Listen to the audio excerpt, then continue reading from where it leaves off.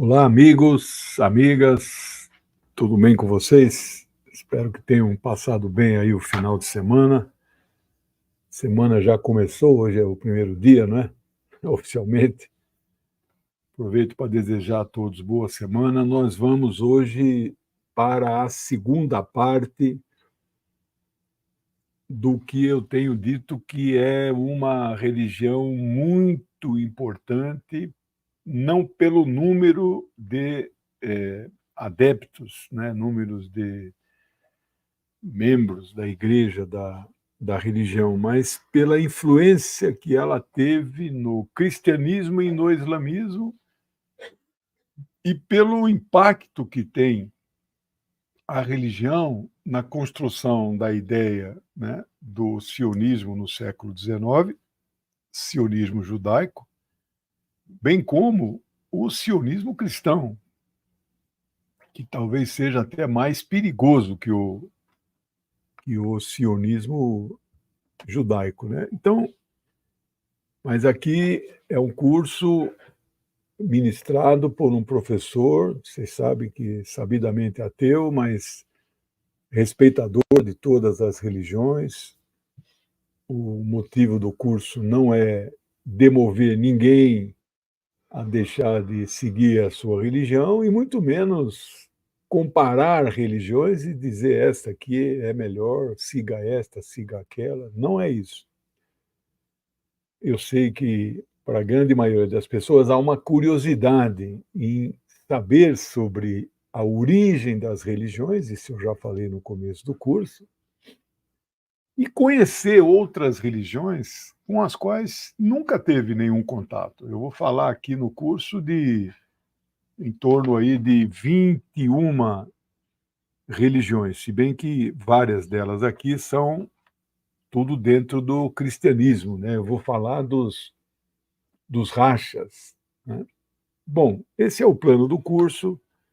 Eu estou vendo que ele vai ser um curso longo, porque tem religião aí que está tomando 4 aulas. Hoje vamos tentar fazer a segunda parte e vamos ver se não vai terminar hoje, mas eu, como fiz em religiões anteriores, especialmente as mais complexas, eu levantei aqui 40 conceitos judaicos que, para quem é da religião, sabe tudo, né? Para quem não é, são conceitos que é bom nós tomarmos conhecimento. Então, a semana que vem eu pretendo começar a falar desses conceitos. Se der uma aula só, terminamos o judaísmo em 3 aulas. Se não, de qualquer maneira, eu convidei uma amiga minha, tem que ser o próximo domingo, outro dia 16. Ela é uma teóloga cristã, né? Ela chegou até a ser freira, né? E muito consciente, muito engajada, né? Uma grande amiga mesmo, né? Tenho um respeito muito grande por ela. Eu a convidei para, no dia 16, na aula, aí seria então a quarta aula ou quinta aula de judaísmo, né?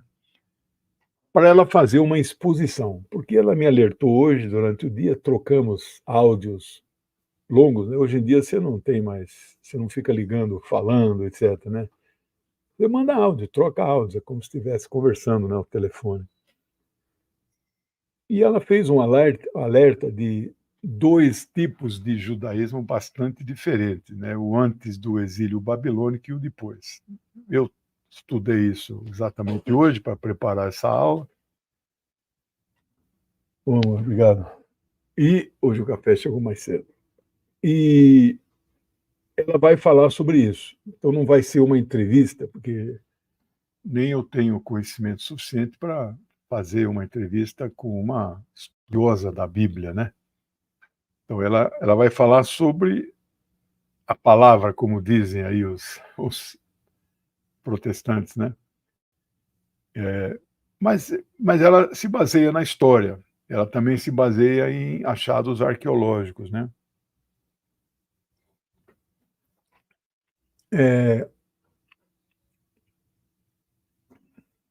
No finalzinho da aula, eu vou falar aqui de alguns novos membros que entraram, né. Só está falando de um, mas tem 2 aqui que acho que entrou no horário meio-dia. Bom, também quero agradecer os canais parceiros, como eu sempre faço. Dizer que estou muito motivado com esse curso, não com esta religião especificamente, com todas. Bem, então vamos lá.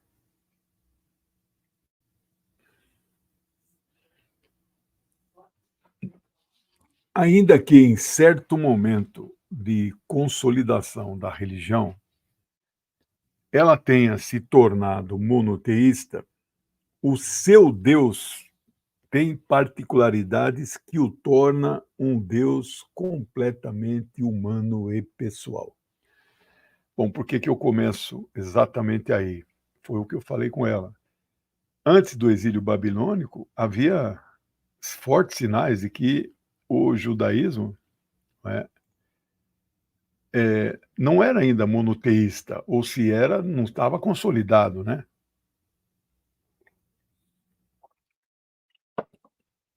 Nas escrituras que os judeus consideram sagradas, o seu Deus é retratado com vícios e defeitos pessoais e características humanas. Isso nós chamamos de antropomorfismo, né? Você transfere para a divindade qualidades, defeitos, quesitos de humanos, né? Ele tem uma estranha relação com os seres que ele teria criado, né? Mas nada diz que ele criou, né? Destruiu a humanidade, ou parte dela, mais de uma vez. Alguns falam 3, né? Sodoma e Gomorra não é a humanidade inteira, mas foi destruído, né? O Tanakh, T-A-N-A-K-H, nós já vimos o significado, que é a Bíblia judaica, conta a história de um patriarca chamado Abraão. Aqui eu fui atrás de que período ele teria vivido, ninguém sabe porque não existiu, né? Eu respeito todos que acreditam piamente na sua existência, mas infelizmente não há registros arqueológicos, nada documentado de que ele tenha sido um personagem. Mas, contudo, os estudiosos fazem contas pela própria narrativa bíblica, ele pode ter vivido entre 2100 e 1800 anos antes da Era Comum, não é? AEC. O C pode ser comum, ou você pode usar também Cristo, né? Ele fez, ou teria feito, segundo reza a lenda bíblica, um pacto com Deus. Ele fez uma aliança, não é? Esta aliança seria parcialmente revogada e uma nova seria construída com a vinda de Jesus Cristo. Pouco se fala, mas quando Mohammed constitui a sua religião, que eles chamam da última religião revelada por Deus, que é o islamismo, ele também faz uma nova aliança. Ele também se apresenta como o último profeta. Ele também traz ao mundo um texto inspirado por Deus, né? Ele não escreveu, ele ditou, porque ele é analfabeto, né? Então, e assim a gente chama de religiões abraâmicas, que vem de Abraão, que é o patriarca para cristãos, para judeus, claro, mas para cristãos e para muçulmanos. O interessante do cristianismo é que ele rompe e não rompe ao mesmo tempo, né? Ele rompe, mas aproveita os livros. E o islamismo rompe, não aproveita os livros, mas cria um novo livro que resgata a história do Velho Testamento. São quantos? 25 profetas do Velho Testamento. O primeiro foi Adão, inclusive, eles consideram Adão um profeta, né? Jesus é um profeta, é o 24º, Maomé é o 25º, né? Então, desses outros 23 entre Adão, né, a maioria esmagadora são todos profetas judaicos, né? Aí eu digo a genialidade, né, do profeta Maomé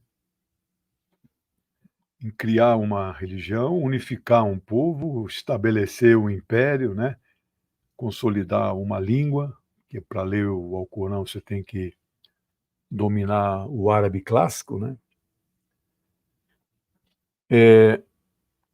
Deus, em troca desta aliança, deste pacto, promete uma grande nação para a descendência de Abraão. Então, a descendência dele não é só a de Isaac, é também a de Ismael. Mas ninguém fala isso, né? Que Ismael, pela lenda bíblica, Ismael é o filho que ele tem com a sua. Fala-se que ela é concubina, escrava, mas era uma época que existia a poligamia. Então, o homem tinha muitas esposas, né? Então, ela, na prática, era uma das esposas, pode não ser a primeira, né? Que era a Sara, chamava Saraí, mas Deus, digamos, autoriza que ele possa ter um filho fora, né, do oficialismo, porque Sara era muito idosa. Então, o primogênito é o Ismael, né? E na cultura judaica, o primogênito é o mais importante, não tenho a menor dúvida disso. Tanto que em muitas monarquias, o primeiro que nasce que é o herdeiro. Aliás, a Inglaterra é assim até hoje, né? Bem, agora, em troca, esse Deus exige que este povo o adore exclusivamente. Não pode adorar, pensar, fazer orações para nenhuma outra divindade, né? Posteriormente, este Deus vai inspirar o alto rabinato, que vai, até pela interpretação das escrituras sagradas, eles vão compor lá um total de 614 normas e leis judaicas que todos os seguidores da religião têm que observar. Isso acontece? Não, não acontece. Acontece com uma parcela bem pequena né, dos judeus praticantes do judaísmo, né? Vocês, se não assistiram, devem assistir aquele filme. Imagino que todo mundo que está acompanhando esse nosso curso aqui, que ele é retransmitido pelos canais maiores, né? 247, DCM, e, e aí são milhares de pessoas, né? O meu canal não tem essa repercussão, né? Mas eu arrisco dizer que 90% das pessoas que nos acompanham tiveram uma formação judaico-cristã, né? Então a influência é muito, muito grande, né? Então esse é uma série na Netflix que eles soltaram as 3 primeiras temporadas e vem vindo umas 3, mas fez um sucesso tão grande que a segunda temporada eles passaram no cinema, o episódio 1 e 2, e 3 e 4, né? Para ganhar mesmo, né? Porque quem é assinante tem gratuito, né? Chama The Chosen, Os Escolhidos. É a história dos 12 apóstolos e de Jesus, né? E dos milagres, mágicas que ele fez lá. Até onde eu conheço, parece ser bastante fiel, né? Claro, é teologia pura, né? Não tem ali nada de pouca coisa de história, né? Mas eu recomendo que vocês assistam para vocês verem como que essa nova aliança, né, ela surge dentro do judaísmo, ela surge para reformar o judaísmo, né? Se bem que tem alguns teólogos que dizem que não, que ele constrói uma nova religião. Pode ser. Bom, Deus vai pedir para Abraão, era Abrão, aí virou Abraão, e os judeus falam Abraham, né? A esposa era Sarai, depois vira Sara. E a outra esposa, escrava, concubina, você chama do jeito que você quer, era uma egípcia de nome Agar.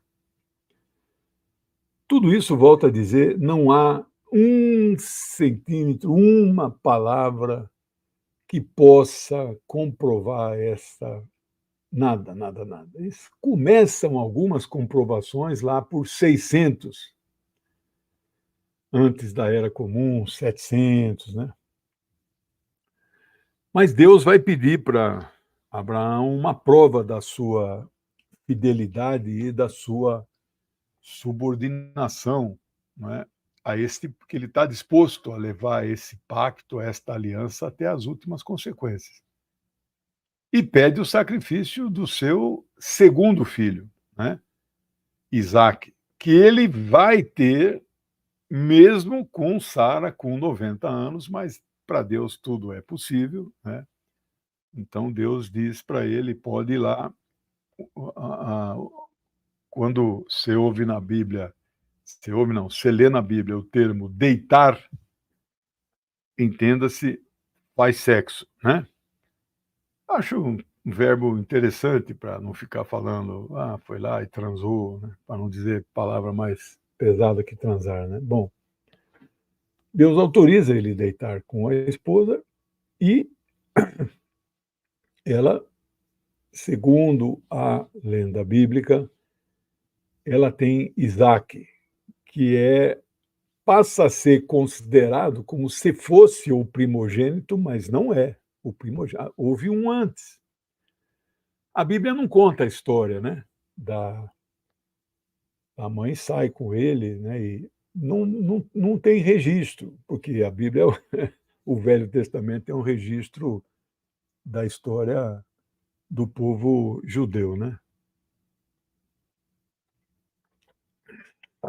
Ele pede o sacrifício e Abraão atende, leva a criança, não sei exatamente a idade que ele tinha, não era tão criança, né?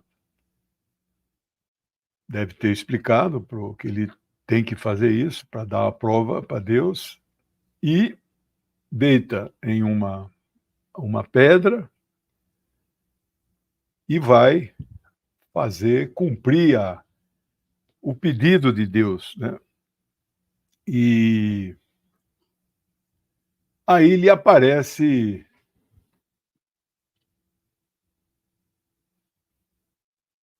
eu não conheço o Fábio Aquino, se tiver o zap dele, manda para mim.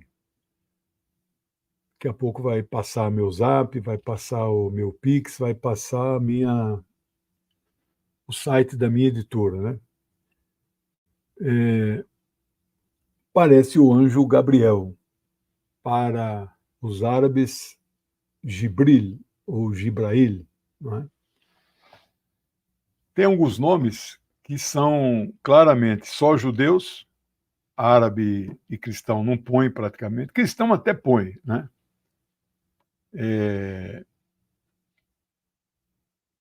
Você tem nomes que são exclusivamente muçulmanos, judeu e cristão não põe, Muhammad, Hussein, Ali. Omar até tem, cristão chamado Omar, né? Judeu que eu conheço nenhum. E esse anjo, porque Deus não aparece diretamente para os Velho Testamento, né? Moisés, quando recebe, Moisés é o principal profeta. Tem passagens que dizem, inclusive, que ele é pai dos profetas que viveram antes dele e pai de todos os que viveram posteriormente. Então você vê a importância dele, né? Moisés. Moisés, quando sobe lá o monte Sinai para receber as leis principais, né? As 10, mas são 614. Quando ele recebe, ele não fala diretamente com Deus, ele fala com quem? Ele fala com uma sarça. E eu não conheço esse vegetal chamado sarça, é uma plantinha, né? Só que não era uma sarça qualquer, era uma sarça pegando fogo, sarça ardente, né? Então, não sei se alguém. O Maomé não falou com Deus diretamente também, né? Mas isso, quando chegar lá, eu vou explicar. Aí, o Gabriel diz para ele: para, pode parar, que você já deu prova da sua fidelidade ao seu Deus, né? Interessante que este é o mesmo anjo que vai aparecer para Maria, esposa de José, era uma menina, 13, 14 anos, naquela época se casava muito cedo, que anuncia para ela que ela está grávida. E ela não sabe, porque aparentemente não tinha relações, né, com o seu marido José, muito mais velho do que ela, né? Esse anjo. E será esse anjo que vai aparecer na caverna, lá no Monte Hira, né, onde Maomé ia para meditar, para refletir sobre a vida, etc. O mesmo anjo vai aparecer para Maomé, né, Mohammed, e, e diz para Maomé, recita. O Alcorão, ele é em versos, né? Ele tem rima. Segundo Harold Bloom, vou falar desse, não dele especificamente, mas Harold Bloom é o maior crítico literário nos Estados Unidos, né? Vou falar de um outro famoso, Terry Eagleton, vou falar numa quinta-feira agora, 19 horas. É um curso de doutorado em literatura, uma coisa assim. E eu não sou versado em, sei um pouquinho de cada coisa, né? Mas pediram para eu falar sobre. Aí eu bolei um título assim, a visão marxista de Terry Eagleton na crítica literária, né? Gosto muito dele. Mas gosto do Harold Bloom. Não é de esquerda, não é marxista, nada. Mas se o mundo fosse dividido, ó, só é bom quem é marxista, nós estaríamos perdidos, né? Porque muita gente boa nem sabe quem é Marx. E nós precisamos mostrar para essas pessoas. Agora, o Bloom diz que uma das maiores pérolas literárias que ele conhece é a Bíblia, né? Então, a Bíblia e o Alcorão, né? O Cantares de Salomão é muito bonito, é um texto até erotizado, né? Eu gosto muito. Então o anjo fala para Maomé, recita. O Maomé não sabe o que ele está querendo exatamente e ele começa a falar. E ele estava, então, já recitando o que viria a ser as suras, que é equivalente a capítulos na Bíblia, e os versículos, né. Isso, mas e daí, como fazia? Como é que fez? Aí o anjo ia embora, ele saía da caverna, muito esgotado, cansado, suado, né, e repetia, né, sem falhar uma palavra de memória, e os seus seguidores começaram a tomar nota. Por isso que a gente diz, quando o texto foi reunido em um livro, são poucos anos depois, né, que Maomé recebeu as mensagens por 10 anos, 622, 632. Uns anos depois que ele morreu, reuniu-a em outras. O judaísmo, centenas de anos, não sei se milhares, né? O cristianismo, 30, 50, né? O primeiro texto. Mas e aí? Teve um momento que o próprio Maomé entrou em crise, falou: puxa, mas eu vou esquecer o que eu falei lá dentro. Aí o anjo disse para ele: não se preocupe, que você está fazendo isso sob inspiração de Deus, né? Bom, então ele não fala com Deus também diretamente, né? Bom, o livro Gênesis, que é o primeiro dos 5 mais importantes, que é chamado Torá. Então, não confundir, Torá não é a Bíblia judaica, é parte da Bíblia judaica, a parte talvez mais importante, mas a Bíblia judaica tem mais 19 livros. A maioria profetas, juízes, números, etc., né? Mas esses 5 primeiros, né? Gênesis, Êxodo, Deuteronômio, deixa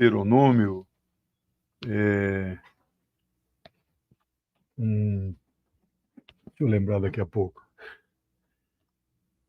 Esses 5 foram, eles dizem que foram escritos por Moisés, né? Mas Gênesis, Êxodos, Números, Deuteronômio.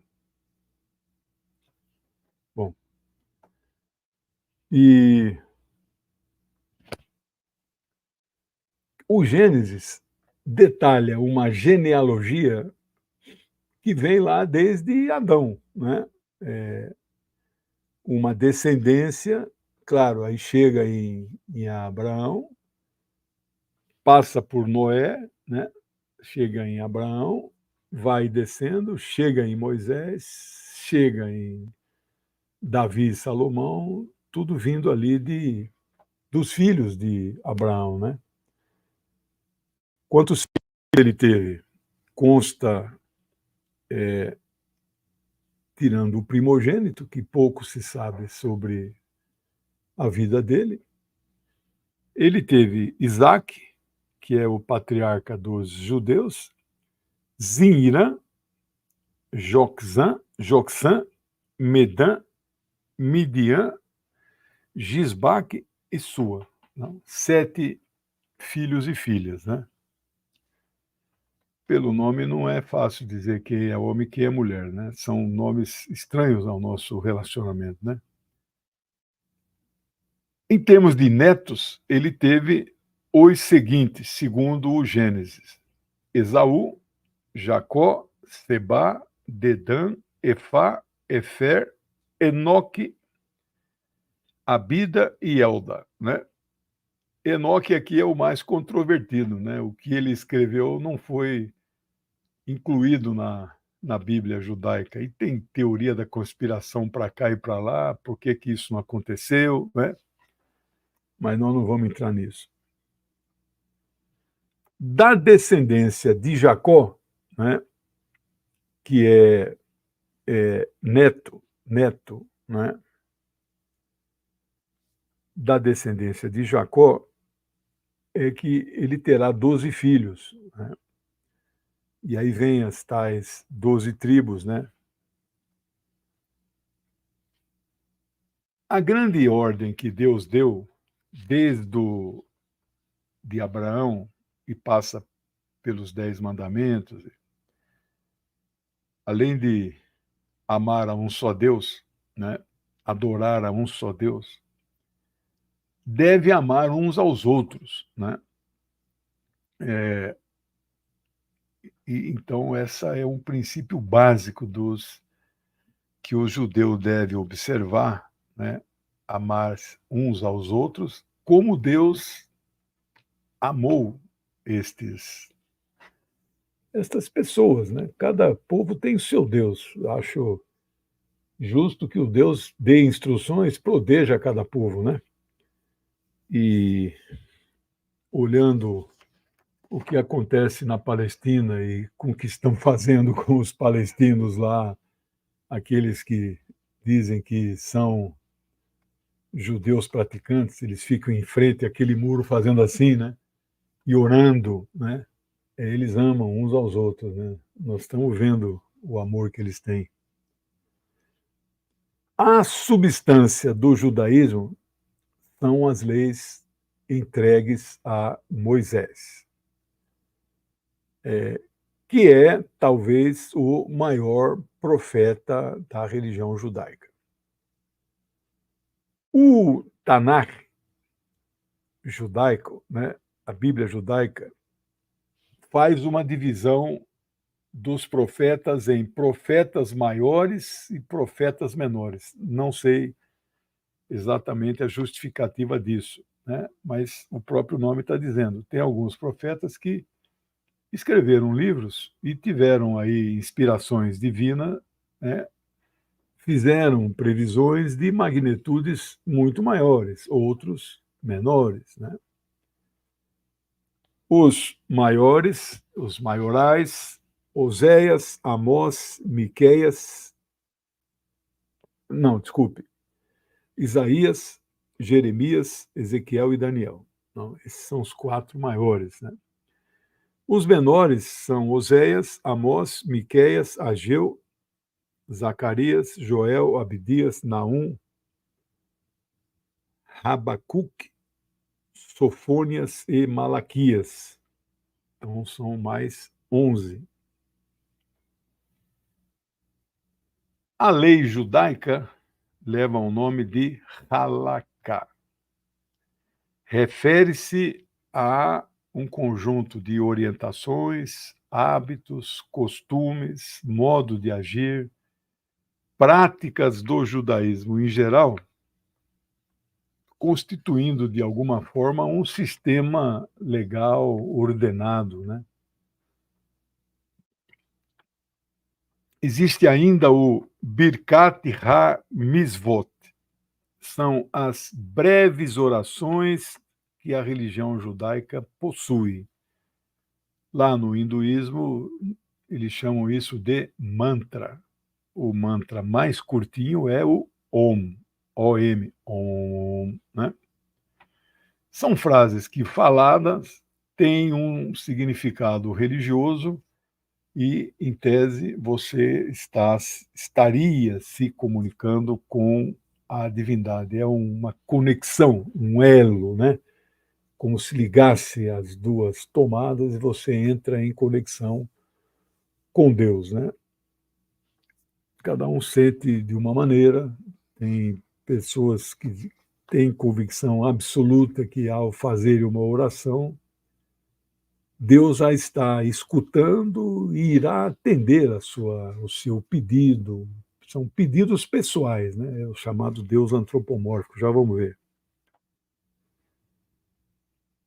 Estas orações constam de um livro chamado Sidur. Sidur.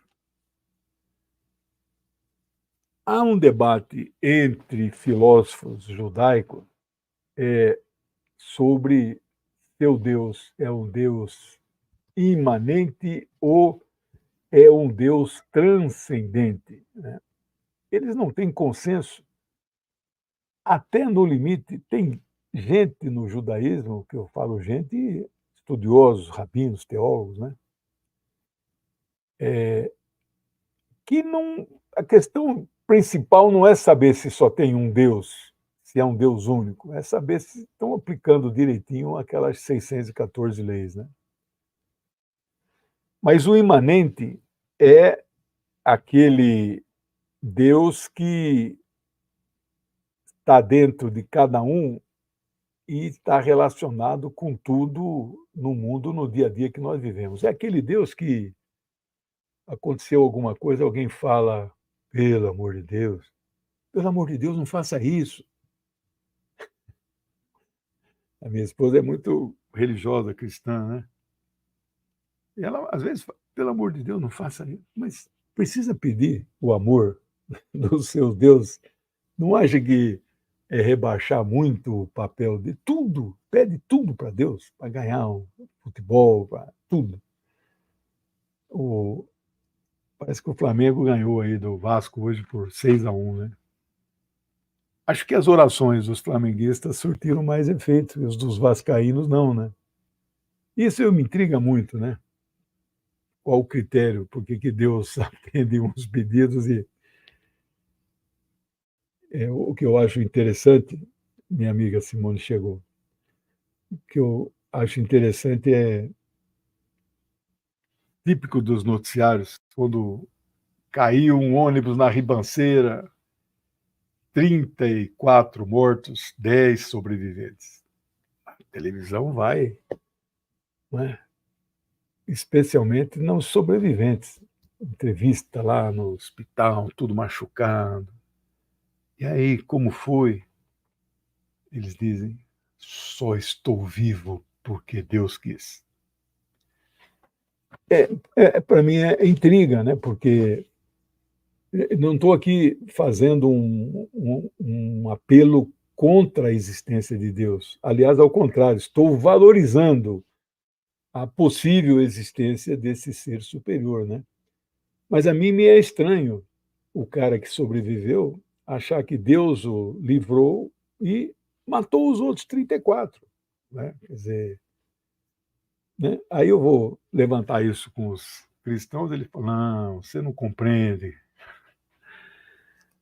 Deus tem uma razão para tudo".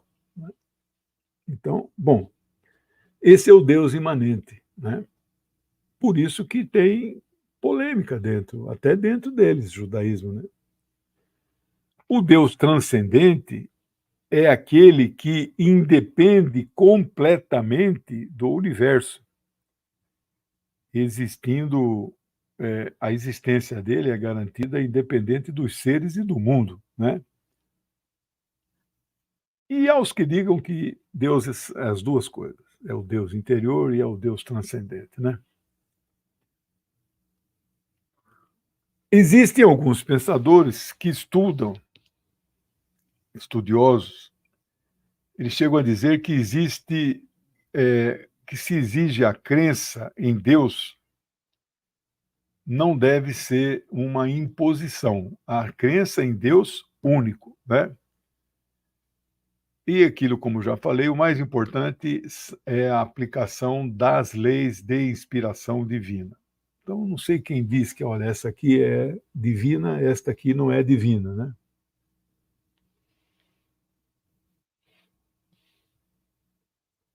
Ah, o Rivadavia aqui, ó, é isso aí, cheio de dúvidas, contradições, né. Obrigado.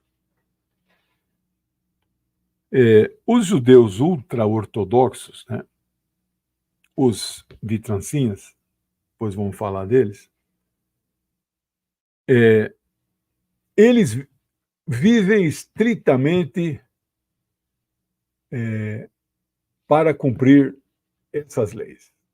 Vocês vão ver lá no The Chosen, acho que uma parte de vocês já deve ter até assistido. Ó, o Rivadavia está batendo duro aqui. Eu não posso fazer isso. Eh, Você vai ver lá os fariseus, saduceus, tem vários, são 5 correntes lá. Eles eram observadores de tudo, não trabalhar sábado, assim, né. E os apóstolos rompem isso já não se sentem mais, porque Jesus estava já tendo uma outra prática, mesmo sendo educado dentro do judaísmo, eles faziam atividades no sábado, né? E é absolutamente proibido fazer qualquer coisa no Shabat, né? Algumas correntes judaicas mais modernas põem até em dúvida se essa divindade pode intervir na vida da humanidade. Então, é a crença no Deus, não é, transcendente. E aqui eu quero introduzir o conceito do Deus pessoal, não é, e do Deus transcendental. O Deus pessoal, nós sociólogos, especialmente os sociólogos da religião, que não é o meu caso, sou apenas um curioso estudioso,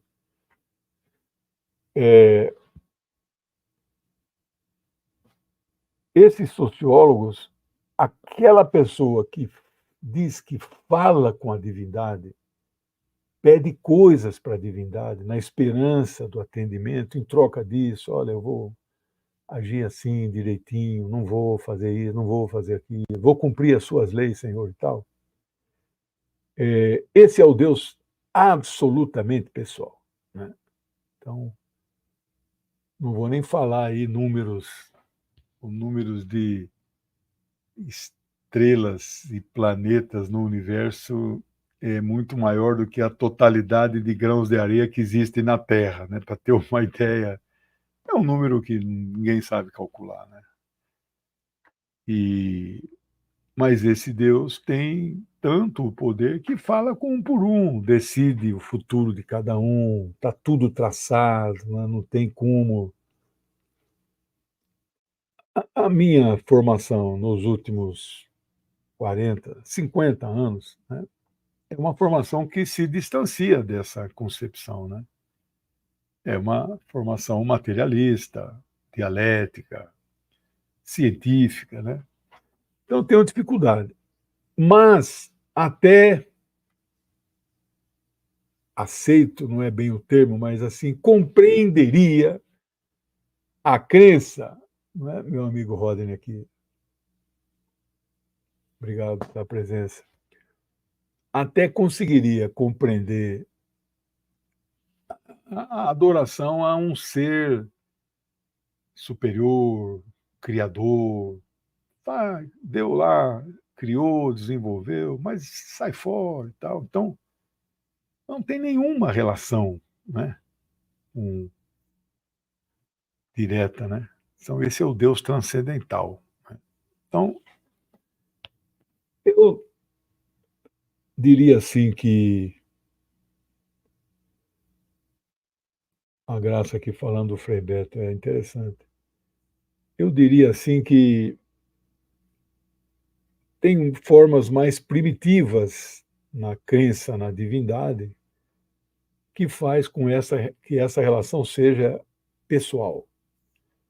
E talvez formas mais evoluídas, desenvolvidas, que fazem com que as pessoas levem a sua vida sem se preocupar com Deus que a está vigiando, né? Padre Teilhard de Chardin é um grande teólogo cristão católico, né? Ele diz assim: existe algo lá no infinito do universo que não temos nome para dar, acabamos chamando de Deus. Tá bom, ele quer acreditar dessa maneira. Acho que é uma posição mais desenvolvida, para não usar o termo evoluída, né? Bom, não há um conjunto de princípios gerais que possam ser unânime em todas as correntes do judaísmo. No cristianismo, me parece que há, mesmo com os muitos rachas, né? Os principais são calvinismo, luteranismo, batismo, são aquelas 6 protestantes tradicionais, né? Metodismo, calvinismo, luteranismo, anglicanismo, metodismo, presbiterianismo e batismo, né? São os 6 mais tradicionais, né? Há alguns princípios básicos, né? No judaísmo não há, nunca houve, né?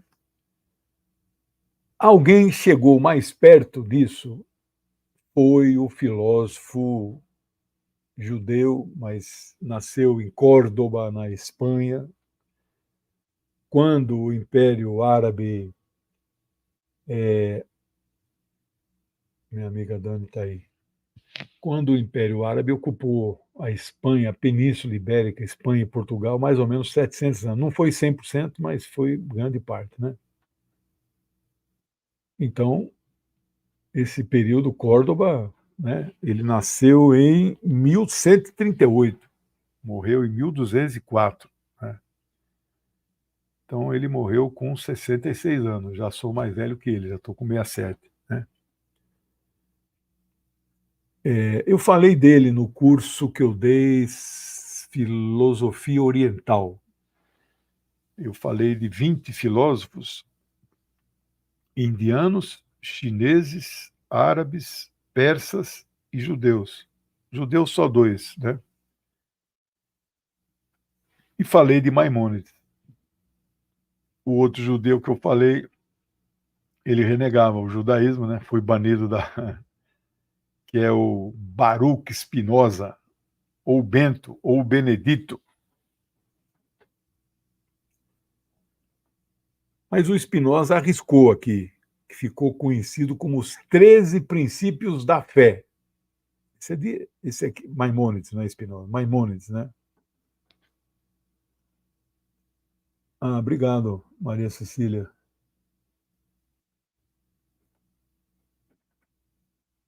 É, Frei Beto aqui, então interpreta os milagres de. Ah, chegou o livro, né?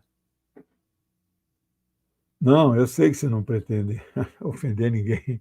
É que às vezes a gente bate um pouco duro, né? Eu aprendi a não bater duro, né? É, eu não faço campanha ateísta, né? Sou um ateu praticante. Eu defendo o ateísmo científico, mas sou um estudioso do ateísmo. Tudo que você puder imaginar, Daniel Dennett, o Hitchens, que morreu, puxa, morreu de câncer, né? O, como ele escreveu lá o The God Delusion, já vou lembrar. Eu li em inglês antes de. Li todos os livros dele, agora falhou. Richard Dawkins, né? Biólogo evolucionista. Então, eu vou fundo, eu estudo, eu leio, né? Mas eu não faço essa. Desses ateístas que eu falei, o melhorzinho é o Daniel Dennett, né? Ele é o mais habilidoso, né? No livro principal dele, ele gasta 80 páginas para convencer o leitor a não abandonar a leitura e ir até o final do livro. Porque já o Richard Dawkins, ele, usando a linguagem política assim, eu acho que eu gosto demais dele, acho que ele é o melhor. Tem muitos documentários dele muito bons aí no YouTube. Mas ele, usando a linguagem da, da política, a Maria Marta, minha amiga, ele é sectário, né? Então, bom, aqui os 13 princípios. Confio plenamente que Deus é o Criador e guia de todos os seres. Confio plenamente que o Criador é um único. Confio plenamente que o Criador é incorpóreo e que está isento de qualquer propriedade antropomórfica. Né? Como é? Deus cansou e tem que descansar no sétimo dia. Né? Deus senta, Deus, né? São propriedades nas mãos de Deus, né? Bom, confio plenamente que o Criador foi o primeiro. Nada existiu antes dele e que será o último. Nada existirá depois dele. Confio plenamente que o Criador é o único a quem é apropriado rezar. Confio plenamente que todas as palavras dos profetas são verdadeiras. Confio plenamente que a profecia de Moisés, Moshe Rabbeinu, nome judaico dele, é verídica. Confio plenamente que toda a Torá que agora possuímos foi dado pelo Criador a Moshe Rabbeinu. Confio plenamente que esta Torá não será modificada e nem haverá outra outorgada pelo Criador. Mas houve, né? Os evangelhos, o Alcorão, eles dizem, né? Confio plenamente que o Criador conhece todos os atos e pensamentos dos seres humanos. Esse aí é o controle absoluto, né? Do pensamento, né? Não é só dos atos. Ele lê pensamento das pessoas. Confio plenamente que o Criador recompensa aqueles que cumprem os seus mandamentos e pune quem transgride as suas leis. Então é um Deus punitivo, é um Deus que tem ciúme, né? Confio plenamente na vinda do Messias. Embora ele possa demorar, aguardo todos os dias a sua chegada. Não tem problema. Quem lê os evangelhos e as cartas de Paulo, especialmente, a volta de Jesus era esperado para aquele tempo, né? Não era para alguma coisa a perder de vista, né? Quando Maimônides escreve esse texto aqui, vamos dizer, se ele nasceu em 1138, tinha 30 anos, em 1168. E aqui não é 1168 anos, que o Messias, para os judeus, não veio. Então você tem que somar em cima disso aqui, 1168, você tem que somar aí mais uns 600, 700 anos. Então, há pelo menos 2000 anos, quando ele escreveu isso, eles estão esperando a vinda do Messias, né? Quando ele escreveu isso, 1000 anos atrás, né? E ele pode até demorar, mas eu, todos os dias, vou continuar esperando. E 13º, confio plenamente que haverá o renascimento dos mortos quando for a vontade do Criador. Aqui também tem uma polêmica, não são todos que acreditam na ressurreição, alguns acreditam na reencarnação, mas não é consenso, não é unanimidade, né? Bom, diferente do cristianismo, a religião judaica não tem, jamais teve uma estrutura centralizada. Não existe figuras que se aproxime como a do Papa para os cristãos. A mesma coisa nós vamos ver quando estudarmos o Islã. Não por acaso, são muitas as correntes e as divisões internas, como veremos mais adiante. Então, eu estou vendo aqui, não vai dar para terminar o meu roteiro de hoje, vou marcar aqui. A aula que vem a gente começa, a gente continua, vamos ver aqueles conceitos, terminamos isso aqui, vamos ver aqueles conceitos. Não sei se são os mais importantes, mas foram os que eu consegui selecionar aí em vários textos que eu li, né? Obrigado, José Alexandre. Schwingel, legal. Obrigado aí pela... Quem puder adquirir meus livros, eu vou agora fazer... olha aqui, ó. Entrou aí Silvio Correia, Gastão, depois tem a Aida. E teve aqui doações aí. o Gavlinski sempre presente, dando boa noite. A Cíntia, eu não entendi sobre Ismael, se é ou não considerado pelo judaísmo. Não, não é, não. Bom, não dá para negar que é o primeiro, né? Mas não é o mais importante. O mais importante é o que teve com a Sara, né?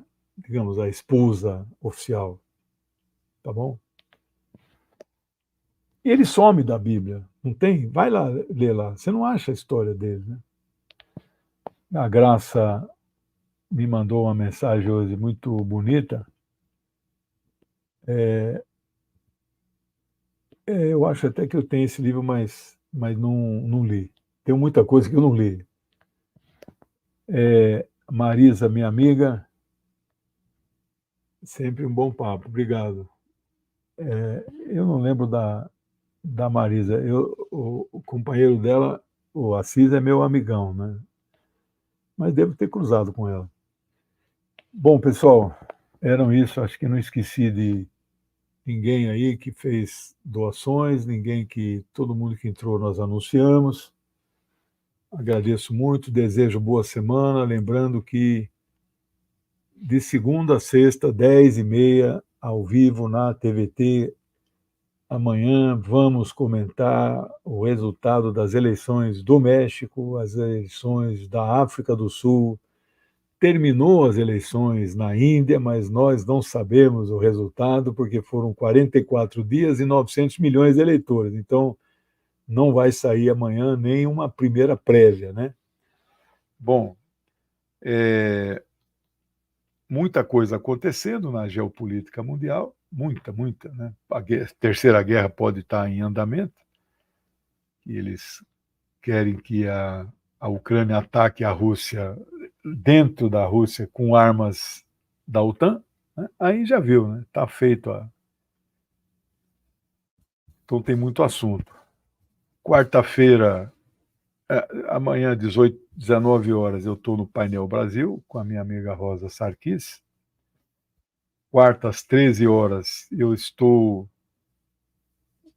no 247, na TV com o José Reinaldo. Eu falei da quinta, nesse pessoal lá de doutorado. É uma universidade federal, não sei, acho que é Espírito Santo. 19 horas. Eu vou gerar a transmissão pelo meu canal, né? E é isso. Quinta-feira termino o livro no curso de literatura, o livro A Divina Comédia, né?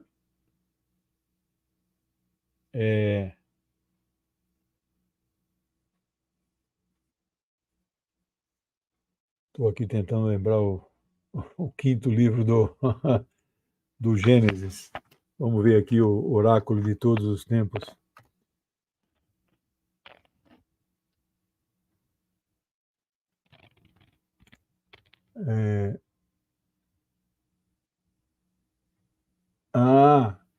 Eu falei Gênesis, falei Êxodo, falei Números, falei Deuteronômio. Esqueci do Levítico. Ele vem de Levitas, que vem de Levi, né?